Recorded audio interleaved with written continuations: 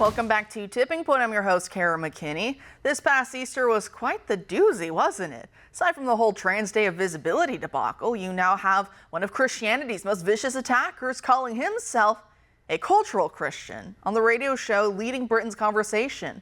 We joked before on the show when Richard Dawkins took some heat for his frankly milquetoast opposition to parts of the transgender madness that he's living in the world that he fought so hard for, a post-Christian West. And it turns out he doesn't like the results very much. All that blame for superstition he laid at the feet of Christianity is more properly applied to those without a proper understanding of God. Christ is the Logos, he is wisdom, truth, and knowledge. Without orienting yourself to him in your studies, you will never be entirely reasonable nor rational. Man has an innate desire within himself for meaning, for a higher calling, and for worship.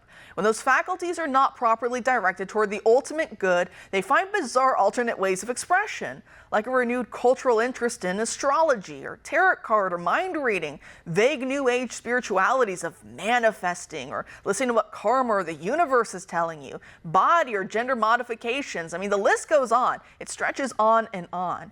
Maybe it's starting to click in Dawkins' beady little brain that was never that smart to begin with.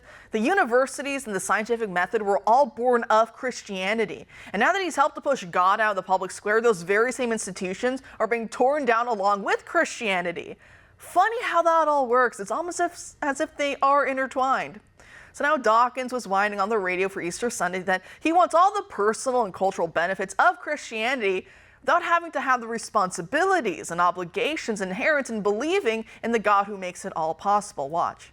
I was slightly horrified to hear that Ramadan is being promoted instead. I do think that we are culturally a Christian country. I call myself a cultural Christian. I'm not a believer, but there's a distinction between being a believing Christian and being a cultural Christian. And so, I love hymns and Christmas carols, and I sort of feel at home in the Christian ethos. I feel that we are a Christian country in that sense.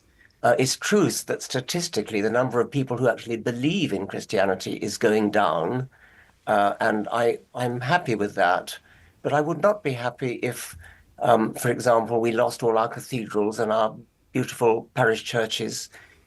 So I count myself a cultural Christian. I think it would matter if we substituted any alternative religion. That would be truly dreadful.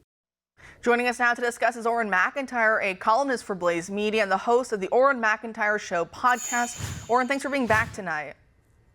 Absolutely. Thanks for having me. Great. So do you feel any sympathy for Dawkins in that clip now that he's finally getting what he always wanted?